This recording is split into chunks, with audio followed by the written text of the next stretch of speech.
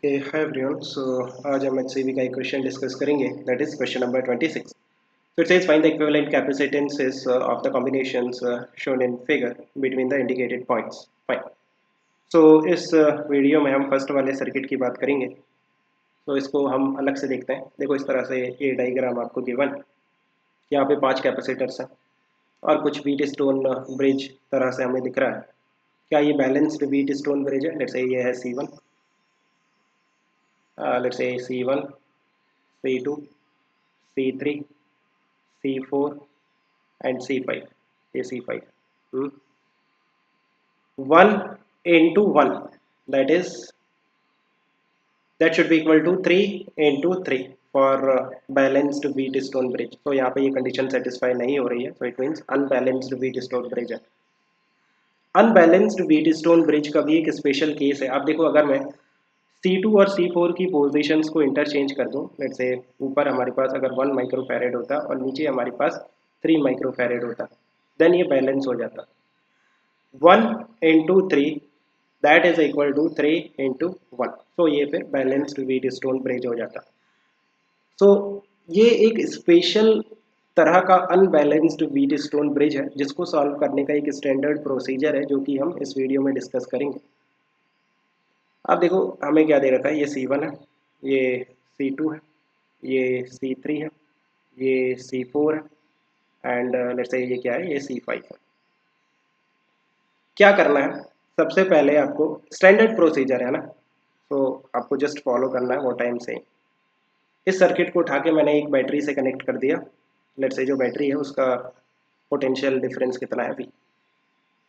सो यहाँ पे point A है और यहाँ पे पॉइंट B है. सो वी कैन से कि पॉइंट A पे पोटेंशियल V हो जाएगा और पॉइंट B पे पोटेंशियल 0 हो जाएगा. That is the potential difference between the 2 points है ना, जब आपने बैटरी को अटैच किया, पॉजिटिव एंड नेगेटिव.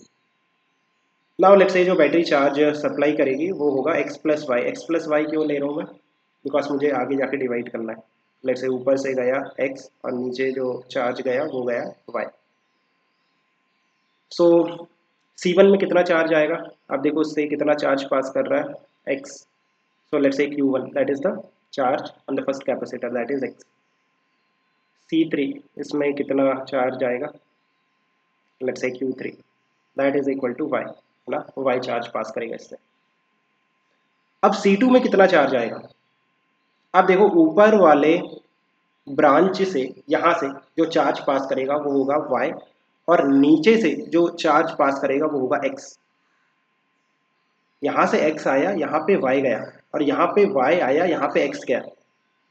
ऐसा क्यों होता है? एक कॉन्सेप्ट होता है, अगर आपने अभी स्टडी नहीं किया देन आप करंट इलेक्ट्रिसिटी में इसको स्टडी करोगे. Reversing the polarity of the battery in a circuit. जब किसी सर्किट में, मैं आपको एग्जांपल करके बताता हूँ. जैसे इस सर्किट में मैंने ये बैटरी कनेक्ट किया था सो दैट यहाँ से जो चार्ज और यू कैन से करंट है ना जो जा रहा था वो था x प्लस वाई. ऊपर से गया करंट x, नीचे से जो करंट गया let's say that is y. Same circuit में सेम बैटरी अपोजिट पोलैरिटी में अटैच करने पे क्या होगा? जस्ट मैंने पोलैरिटी को रिवर्स किया. अब जो करंट जाएगा वो जाएगा x प्लस वाई इस डायरेक्शन में, ऐसे जाएगा x प्लस वाई. अब देखो ऊपर से जो करंट जाएगा वो जाएगा y और नीचे से जो करंट जाएगा वो जाएगा x. ऐसा क्यों? बिकॉज आप देखो वन सिमेट्री से आप कह सकते हो ना, 1 माइक्रोफैरेड से x जाना चाहिए. तो यहाँ पे तो नीचे है 1 माइक्रोफैरेड, तो वहाँ से x जा रहा है. और 3 माइक्रोफैरेड से y जाना चाहिए और यहाँ पे है 3 माइक्रोफैरेड ऊपर से, वहाँ से y जा रहा है. नाउ जब हम किसी सर्किट में सिर्फ बैटरी की पोलैरिटी को रिवर्स करते हैं देन उस सर्किट के हर ब्रांच में करंट का मैग्नीट्यूड सेम होता है बट डायरेक्शन अपोजिट हो जाती है. अब मुझे आप देखो कि जो मैंने आप बोला वो आप समझ गए, राइट? सो अभी ये वाला जो 3 माइक्रोफैरेड है, यहाँ से कितना करंट जा रहा है? यहाँ पे कितना जा रहा है? y जा रहा है, राइट? y ही जाएगा बट अपोजिट डायरेक्शन में. यहाँ पे y ही जाएगा अपोजिट डायरेक्शन. इस 1 माइक्रोफैरेड से कितना करंट जा रहा है? यहाँ पे 1 माइक्रोफैरेड से अगर x जाता है देन यहाँ पे भी x जाएगा बट जस्ट आपको डायरेक्शन अपोजिट करना है. और you want you can just remember it कि इस तरह के केसेस में ये होता है. ऊपर से यहाँ से x आया, यहाँ पे y गया, यहाँ पे y आया, यहाँ पे x गया। सो C5 में कितना चार्ज आएगा? अब देखो यहाँ से x आया था और आगे कितना गया y, तो इट मीन्स नीचे कितना जाएगा x माइनस वाई। सो यही चार्ज आएगा इसमें, यहाँ पे पॉजिटिव, यहाँ पे नेगेटिव। सो Q5 है ना, let me right here, Q5 की जो वैल्यू होगी that will be x minus Y.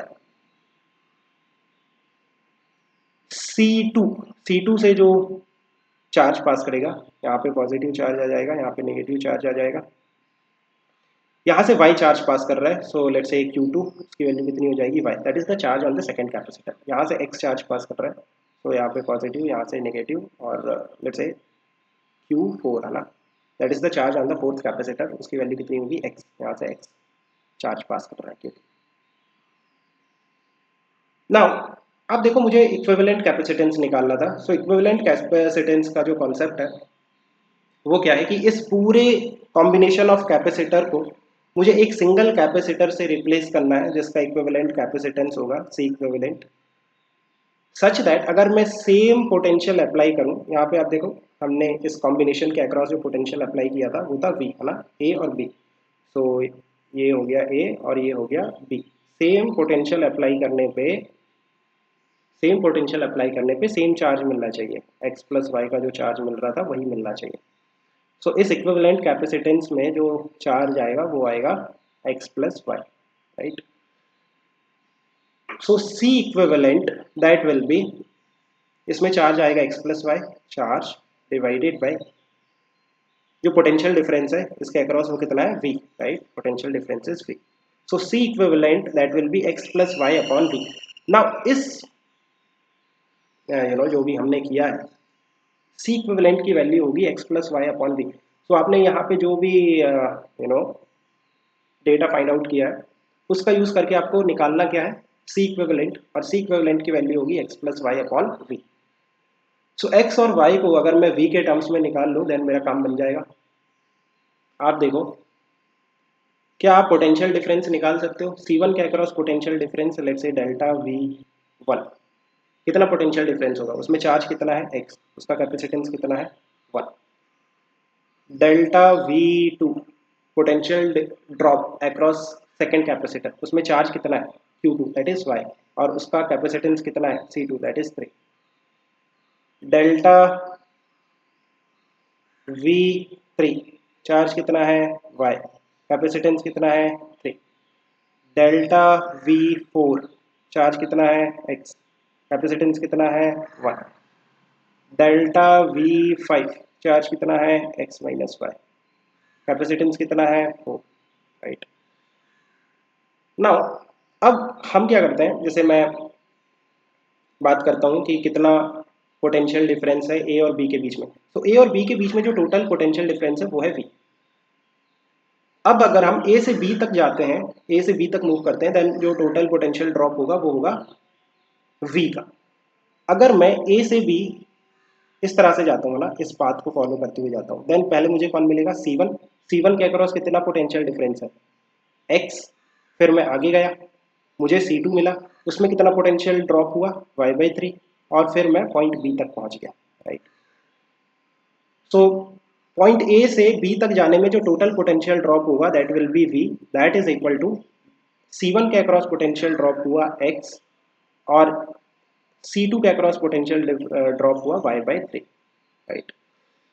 आप नीचे वाले पाथ को भी फॉलो करके जा सकते हो, C3 देन C4, और फिर A से पहले C3 जाओ, फिर C4 जाओ, फिर B जाओ, आपको सेम इक्वेशन मिलेगी।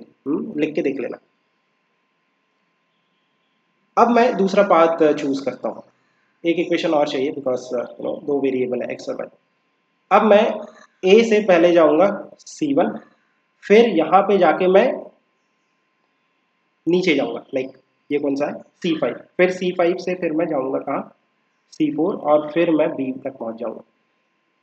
सो आप देखो जब आप A से चले, पहले आप गए C1, तो वहां पे कितना पोटेंशियल ड्रॉप हुआ x/1, सो x कह लेते हैं।